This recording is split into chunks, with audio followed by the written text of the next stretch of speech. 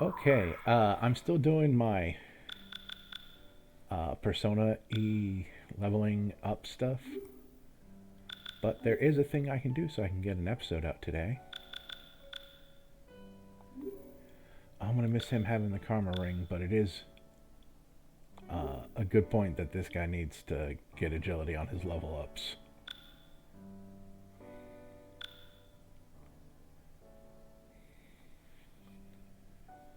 I mean, so does Baofu, but uh, I will be getting another agility charm on him. Uh,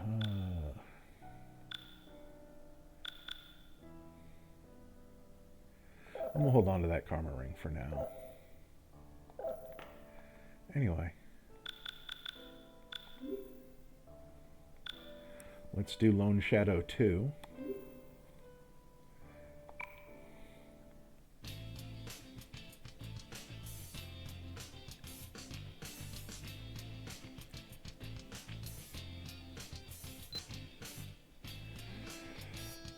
That's definitely Tatsuya's voice. Unbelievable. How can this be? Former Detective Suo removed the earphone, shook his head, and looked up at me. Welcome to more me reading. After a moment, he half rose from the bench and handed the voice recorder back to me. There was no change in his dumbfounded expression, of course. Oh, that is not a comma. There was no change in his dumbfounded expression, of course. If I hadn't seen Tatsuya-kun and Pseudo's personas myself, I doubt I'd have believed it either. Oh, she knows about personas. Oh, but even though she's denied her own. The voice recorder played it back what Tatsuya-kun told me about the events on the other side and his guesses about what's going to happen here on this side. Or maybe she didn't and Tatsuya explained it all. He finally told me after I promised to keep it a secret, but I secretly recorded it. Sorry, Tatsuya-kun, adults will lie without batting an eye. Persona, but is it really possible for rumors to come true? I see where Katsu gets the sideburns from, by the way. I removed the charm that I had inserted into my police notebook. This is the student emblem that Tatsuya-kun lent me. Supposedly, as long as you have the Seven Sisters emblem on, you'll be safe from even if Joker targets you. He's just handing those out. It's been a hot topic among the kids lately, and in truth, Pseudo hasn't appeared before me ever since. So I said, but he probably couldn't believe me. Adults needed adult logic. If you'd like to verify it for yourself, try going to a bar called Parabellum. It's near this park. Just as the rumors say, they have things like this for sale.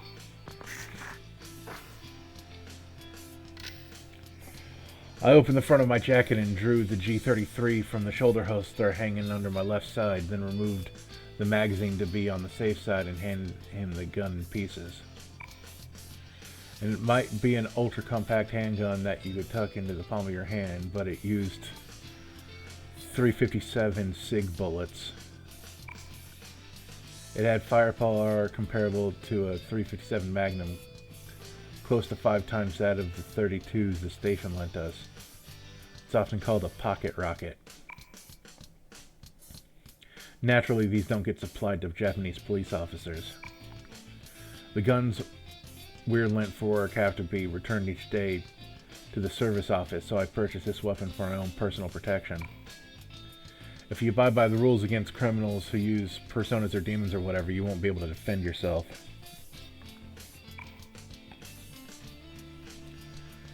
This is the real thing? So the former detective growled as he verified the weight of the gun and the bullets in the magazine. Said rounds aren't the so-called full metal jackets, which are the full penetration ammo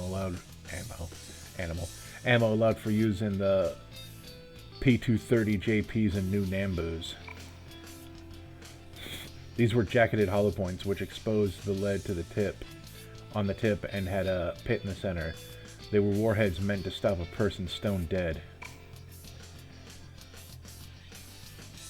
Their penetrative power fell short compared to Full Metal Jacket's, but when it came to dealing damage to soft targets like human bodies, they were far superior. This is because the lead mushroomed at the moment of impact effectively delivered a shock that caused massive blood loss. As a result, their use was prohibited on international warfare per the Hague Convention. I heard it's because they were deemed inhumane due to the unnecessary suffering they caused. Apparently there was such a thing in this world as humane warfare. Burn. Black stars and Markovs aren't something you can get your hands on at a moment's notice. Even using black market routes from the mainland, the Philippines, and Russia. I don't know how it works precisely, but I can only conclude that rumors have become true. Put that away right now.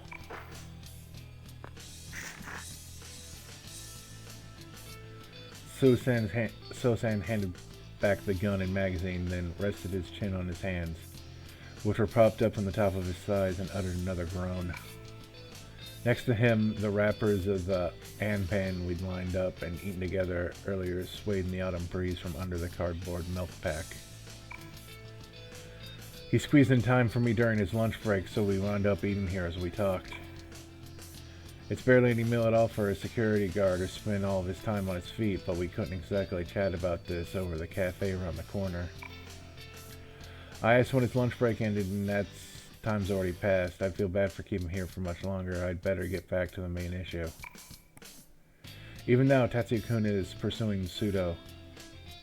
He believes he's the only one who can cope with the situation, or rather, he believes that as the only one who hasn't lost his memory, he has to do this all alone, that's why. Is Katsuya aware of the situation? No, I suspect not. It seems Sergeant So is cooperating with a woman named Maya Amano, whom Tatsuya-kun is trying to protect. Tatsuya-kun said he doesn't want to get his friend from the other side or his family involved. That's why he left home. This is fundamentally not a task for children. It's our job as police officers. However, you and I both know that the police are not reliable. Togashi still. Thinking over his former friend, Susan looked up at me as if begging for good news. I don't have any I could tell him, though. He's connected to Tatsuya Pseudo. It's clear that he and Captain Shimazu are obstructing the investigation to make sure Tatsuya Pseudo doesn't get detained. Togashi. He seemed to age 10 years as his head sagged down, hand on his brow. It was probably tough knowing his best friend betrayed him and continued to participate in the crimes for which he should have been arrested. Somewhere inside, he had still trusted Togashi. Right now, the only ones who can defeat Pseudo and protect the world is Tatsuya-kun. I realize I'm asking too much. But he can't shoulder the burden all alone. I'll support him to the extent that I'm capable. Tatsuya-kun needs the help of adults who know what's really happening. We first met at Zodiac during its remodeling. After hearing about the inevitability of Takuya's death and the secrets of the world, I forced Tatsuya-kun to make a deal with me. I'll provide him with a place to stay and information on the Pseudo investigation. In return, he'll make sure Pseudo dies and stays dead. Most likely, no matter how things go, Tatsuya-kun will eventually have to settle things with Pseudo regardless. Legally speaking, there might be room to assert that it was legitimate self-defense. However, that doesn't change the fact that he's hurting and killing someone. No matter how evil that someone may be, the fact that he's ending their life will have an indelible scar on Tatsuya-kun's heart. But it's not all his fault. I'm the one who requested Pseudo's death. I don't care if it's just a consolation. It might be enough to allow him to forgive himself. Could you possibly let Tatsuya-kun do as he wills? Suo-san stood up then, the shade of anguish fading from his eyes. It seems he'd made the decision to watch over his son, who was trying to oppose a cruel fate. Understood. I feel at ease knowing that he's in your care. I'll talk to my wife and withdraw the missing persons report. Thank you very much. Domo arigato. I bowed my head, grateful from the bottom of my heart. He was basically telling me he was giving me his son's life, which I couldn't have when I couldn't have complained if he'd struck me instead. But with this, it should be a little easier for Tatsuya-kun to make his move. Even at the best of times, he stands out. So as long as he's moving around in this city, it's better to remove as many unnecessary hurdles as possible. I never dreamed that I'd get mixed up in something like this. Is this what you call fate? I'd meant to do this for their sake, but ultimately I ended up pushing my failure onto my sons. I'm truly sorry to you too, Shiori-san. I capitulated to Tetsuya's threats to protect my family. Thanks to that, you're now in this position. Suo-san and me, Chief Togashi, and Sudo's son, the head of the investigation, and kids who created this side, and finally the woman who holds the fate of the world, Mei Amano. Tatsuya's core connections spread out from him like a mandala, but a warped one fashioned by a malicious artisan to mock its subject and viewers. While individuals look unrelated at his glance, they draw a similar relationship through someone else. For us whose names join the list without any of us the wiser, 10 years' time hasn't given us any resolution at all. All the loss and despair we struggled to endure, all the sorrow and rage that piled upon us, was nothing more than the overture. That said, we've had plenty of time to make sure we recover. Even so, don't underestimate us humans. I'm sure I'd have done the same had I been in your shoes, besides which I'm glad now I became a policewoman. I got to meet Tatsuya-kun, and I can extend a hand to kids who've committed crimes without forcing them into the twisted society adults created. It might be impossible for now, but one day, I want to make our society one where kids like Tatsuya-kun can live with a smile. That's the task of us adults. Kids mustn't be forced into a world where they have to sacrifice something in order to enter it. I heard the Aerospace Museum blimp is flying. Let's go check it out. Whoa, the rumor of it flies was true. Let's go, let's go. Overhearing the voices of children running nearby, Susan and I shared a glance and looked up in the sky. I couldn't see it from here, but perhaps it was true that the blimp was flying. Come to think of it, I heard a fire truck sirens wailing just a bit ago. I don't know why, but I got the feeling that Tatsuya-kun's almost certainly on that blimp. See it through to the end, Tatsuya-kun, so you don't regret a thing.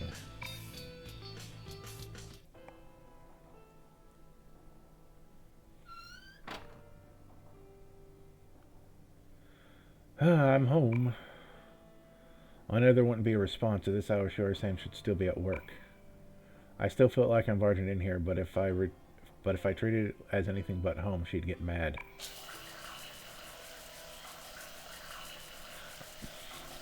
I'm glad that's shower Foley and not something else. I hopped into the bathroom and took a shower with my motorcycle leather still on. It was already soaked with loads of salt water. It's quicker to wash off the salt this way. Tatsuya Sudo is dead, but I don't think this is the end. Mayonnaise also hasn't given up. It seemed like all of them, my brother, Ula-san, and the other guy, were chasing me and Sudo down. Oh, poor Baofu. When I saved Yoshizaka at the 7th clock hour, I gave Mayonnaise an emblem and advised her to spread the rumor, so I figured it would be safe for me to leave her alone for now. I was naive. The more I pulled away, the more she'd approach me with that steady smile until before I knew it, I couldn't get her out of my head. Even way back, she would have gotten to me like that, but giving her that advice was only fuel for her engine. Still, I was right to keep an eye out for Jun in the meantime. I knew Sudo, who had already tried to abduct Yoshizaka would absolutely try to force Jun into the mask role of Joker, and I'd been right. Honestly, I wanted to settle up with Pseudo before he captured Jun, but I got thrown off when Mayne appeared. I decided I'd never have anything directly to do with him again, but Jun got involved, and at that time, he ended up recognizing my face. Really, at this rate, I'd need at least 5 of me to protect everyone. I'm sure he picked his next move ages ago. It's obvious I still haven't gone even 1 millimeter off the rails he laid down. Once I stripped and washed the salt off my skin too, I got out of the shower and changed into the jeans Shiori-san bought me. Ugh, jeans. Sorry. Gives me the heebie-jeebies. Do not like denim. I'd like to just let my leathers dry in the sun, but there wasn't any point. I flipped the switch on the dryer in the washroom. I headed to the room I'd been borrowing and threw myself down on the single sofa bed. Aside from the sofa bed, there were 10 cardboard boxes of Shiori-san's in the corner that she hadn't unpacked, and a clothing case for me. That was it. I was grateful just to have a place I can stay somewhere close to Mayne in case anything happened. That was more than enough. However, I really should have left without saying a word the night we met at Zodiac and kept Shiori-san from getting involved with this any further. But Shiori-san told me about her younger brother. I couldn't leave in silence then. Her brother was murdered by Suda-san in my place.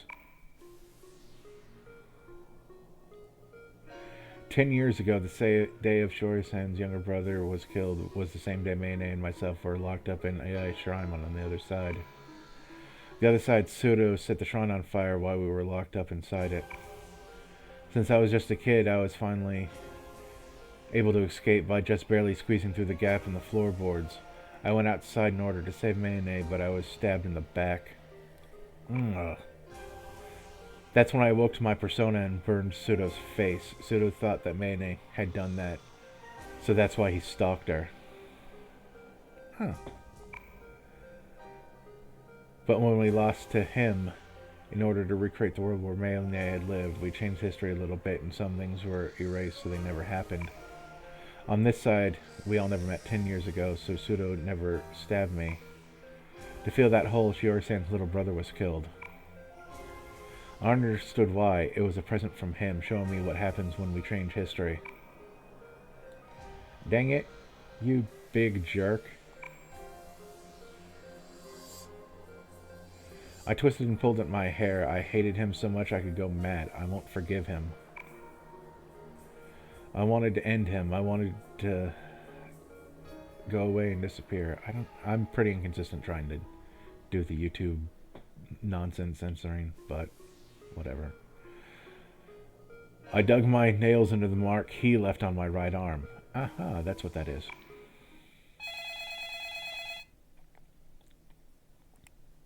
Let's positive speaking. メッセージは前向きにね。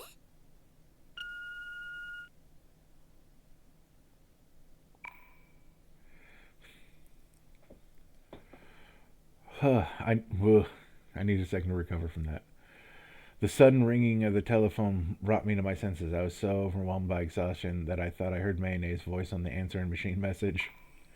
The incoming call was on the landline in Shiori-san's room, but something was odd. The person who called in didn't say a word or hang up. They just stayed on the line, silent. I strained my ears on what I could hear in the next room through the slightly ajar door. It was after maybe a minute that a man's voice suddenly, hesitantly began to whisper. I know who you called. If you're capable of hearing this, contact Sergeant So as soon as you can.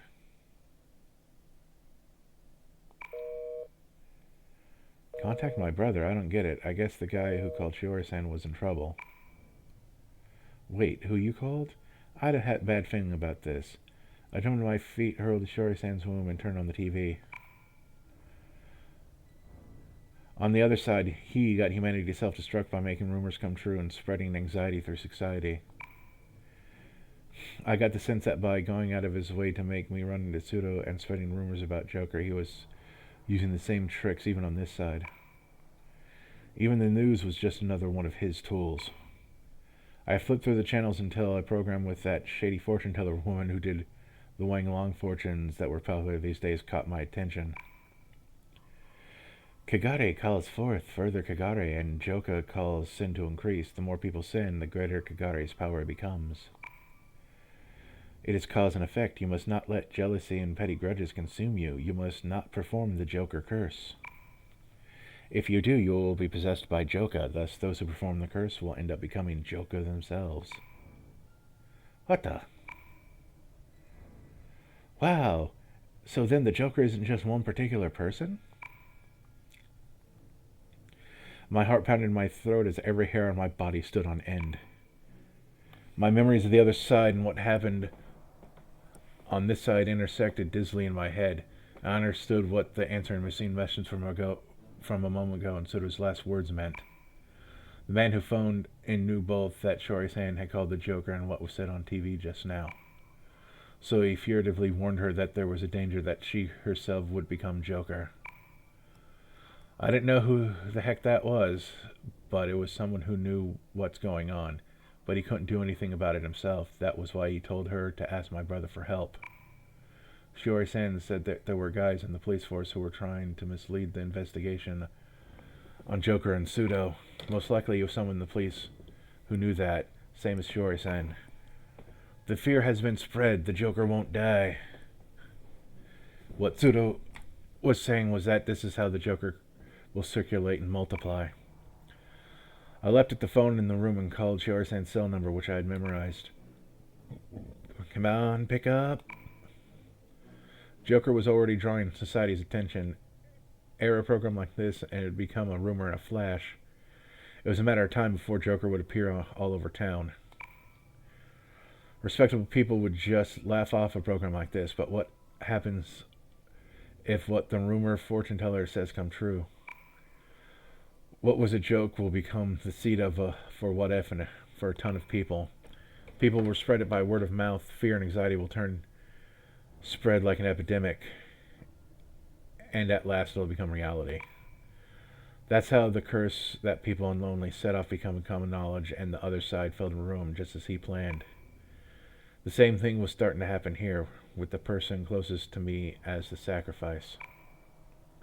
Dang it. No good, she wasn't picking up. It alarmed me that it wasn't even going to voicemail. I headed back to my room, picked up the sword I stole from Sudo at Zodiac, and left Shiori-san's house. I needed to find her before she got someone.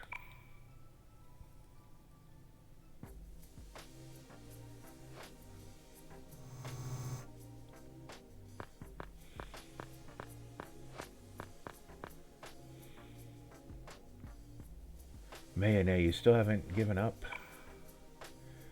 When I jumped the security fence and reached what looked like the security room for the research lab, I found the security guards had already been overcome and the alarms and monitors cut.